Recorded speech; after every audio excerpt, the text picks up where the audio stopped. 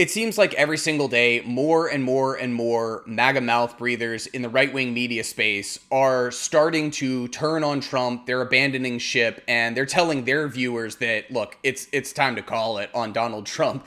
Like, I don't know what's in the water over there. I don't know how all of them have suddenly come to this realization, like, oh, Donald Trump kind of sucks. He's kind of bad. And this has been going on for a little bit now. Like, people like Nick Fuentes, avowed white nationalist, had dinner with Donald Trump, is now telling his viewers that they should vote Democrat because Trump is betraying the base. You've also got people like Tucker Carlson, formerly of Fox News, saying we got to do the 25th Amendment.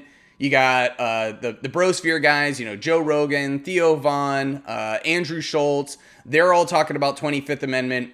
But in this one, I'm going to talk about Marjorie Taylor Greene, former congresswoman, was super ride hard for Trump while she was in Congress and before she got into Congress.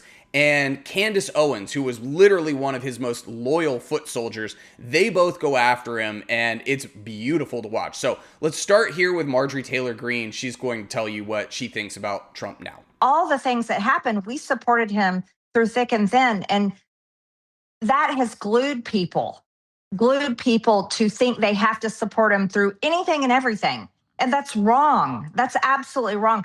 The American people have to open their eyes and deal with reality and deal with truth. And the truth is, look, you may have supported President Trump for 10 years like I did and like you have, but this is not the same man. This is not the same man that we supported.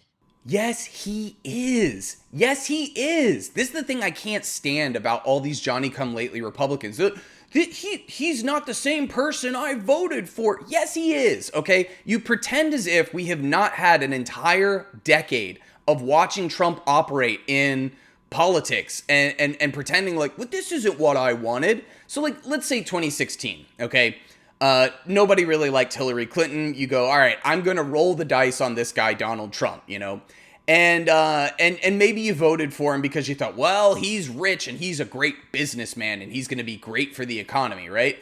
No, Trump bankrupted casinos, okay? Like, Trump is a failed businessman. How do you bankrupt a building that literally prints money? The House always wins and Trump managed to lose. So he's always been a bad businessman. He stiffed his own contractors, like he didn't pay them. Like there are tons of people who were like, yeah, we did work for him. He paid us half up front and never paid us on the back end, refused to. Let's say you voted for him because you thought he was going to be pro-peace. One of the things that he ran on was like, no new wars, all these dumb wars in the Middle East, right? And then he gets into office and he ups the drone war by over 400%. And that's over Barack Obama. And Barack Obama was known, he was nicknamed the drone president, okay? Like, he was awful. And Trump just made it 4 times worse, right? It's crazy that people would think that. In his first term, he literally assassinated an Iranian commander. He took out Qasem Soleimani, which he still brags about to this day. Soleimani was helping the United States fight ISIS on the ground in Syria. And he still brags about the fact that he assassinated this guy. Like, what? In what world do you think that this guy was going to be pro-peace? In what world do you think that he's going to be good for the economy because he's a good businessman? It just makes no sense. And for her to sit there and be like, this isn't who I voted for. Yes, it is. Yes, it is. It is exactly who you voted for. I don't know how you didn't see it earlier, but it's exactly who you voted for. Moving along, let's do Candace Owens because she did a monologue and she just absolutely eviscerates Donald Trump. Here, we'll start with this one. The farmers, the ranchers, the plumbers, the electricians, the people who work with their hands, you now stick your nose up to all of those people. Also, those men, many, I would say, a lot of the men and women that you and Pete Hegseth want to send to their deaths in the Middle East, many of them, probably most of them, didn't go to college. And let me be perfectly clear here when I say that each and every one of them is infinitely more smart and more capable than you and the people that you surround yourself with in this moment. So I think this one is super funny just because Trump is ultra obsessed with like IQ and smart people and being the smartest person, and he always brags about it. I took a cognitive test and nobody else had taken it. It was super hard, and he always goes after people with low IQ. So for her to just sit there and be like, dude, you are deeply, deeply dumb, and your supporters who don't have a college education would probably be doing a way better job than you and somebody like Pete Hegseth. Pete Hegseth, the only reason that he has that job is because he's a Trump sycophant. He got into politics being pro-Iraq war, and now he's doing war crimes in Iran. Iraq was one of the most unpopular wars in the history of the country at the time when Pete Hegseth was supporting it the most vocally. And he should know better. He fought in Iraq. Like, you think this was a good war? You think this was a good thing? What do you think the United States accomplished? We killed a couple 100,000 Iraqi civilians. We ended up losing, I don't even remember how many thousands of American soldiers. We ruined an entire region.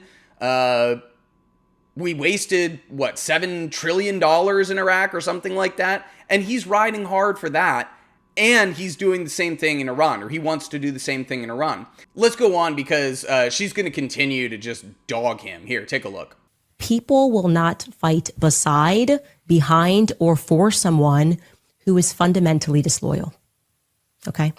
If disloyalty and deceit is in your nature, then I highly suggest that you combine it with silence.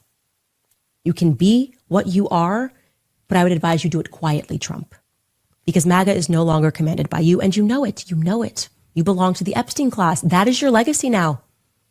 People will see your name on buildings, whatever was agreed upon in those boardrooms with Jared Kushner, Trump, Gaza, hotel, whatever you tweeted, so crass. They will see that. You will earn that.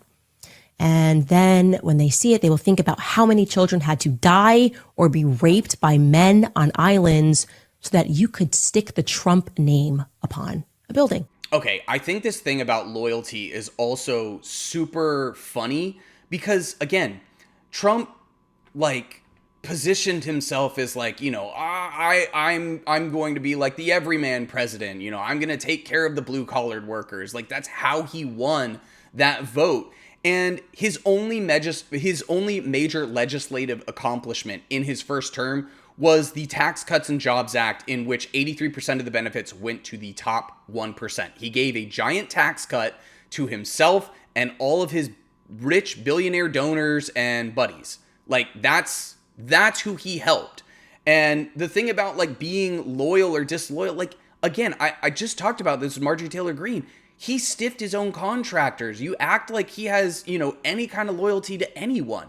In his first term, think of how much turnover there was. There were so many people that were ultra, ultra, ultra loyal to Donald Trump that he had no problem introducing to the bottom side of a bus the second that they became inconvenient to him.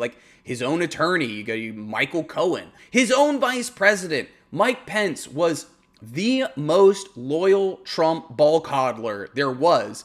And at the end, he threw Mike Pence under the bus because he would not overthrow the election. He refused to not certify the election that Donald Trump lost. So again, this thing with loyalty is why is this a surprise to anybody? Why is this a surprise? Anyway, I'm going to play one more where she goes after him. This one's really, really brutal. Here, take a look. Mr. President, that's not my fault. That's not Megyn Kelly's fault. That's not Tucker Carlson's fault. You made that trade. You chose money above respect. And what an absolute shame that you chose to do that toward the end of your life, okay? Because you can't take money and things and stuff with you when you go, just your soul. And you sold yours for what? Another gilded ballroom? Let me be perfectly clear when I say this. Charlie Kirk, he died free. You will most certainly die a slave. I do find it funny that, she is saying this now as if this would mean anything to Donald Trump. All he ever cared about was money. All he ever cared about was power. And, it's a brutal thing to say that look, you're at the end of your life. You're not going to be able to take any of it with you. I think it was Denzel Washington. He was giving a speech to a college graduation. and he was talking about, like, there's one thing that you'll never see behind a hearse, and that's a trailer, which is, basically alluding to the fact that, like, once you die, you can't take any of it with you. So this like obsession with like amassing all of this wealth and these treasures and things like that, it doesn't matter at the end. And Trump is definitely at the end. Like, he's in bad shape. We've been talking about it. His health is collapsing. He's got the bruising all over his hands. He's got the swollen ankles. He's got the droop in his mouth. It looks like he's had a stroke. He looks like he definitely has dementia or Alzheimer's or something. He can't speak. Like, it's clear that he's in bad health. And I think the funnier part too is that, like, he knows that he's on his way out, and part of his whole thing, besides like amassing all of this wealth to himself through, corrupt deals, insider trading, self-dealing, stock market manipulation, all the deals with all these other countries where he's getting Saudi Arabia to pay for 2 Trump towers. He's, getting the jet from Qatar, all of this stuff. The thing he's most concerned about right now is building the Epstein Memorial Ballroom and building the Arc de Trump and sticking his name on the Kennedy Center and sticking his name on an airport in Florida. Like, they literally just did that. And he wants to put his name and face on money and all of this stuff. Like, all he wants to do is erect all of these monuments to himself. And that's what he's obsessed with, because he wants to have some kind of legacy. And the funny thing is, like, the people who are on money at this point, they didn't get that, like, while they were alive. That happened decades after the fact. You've got all of these roads they're named after, like Martin Luther King Jr.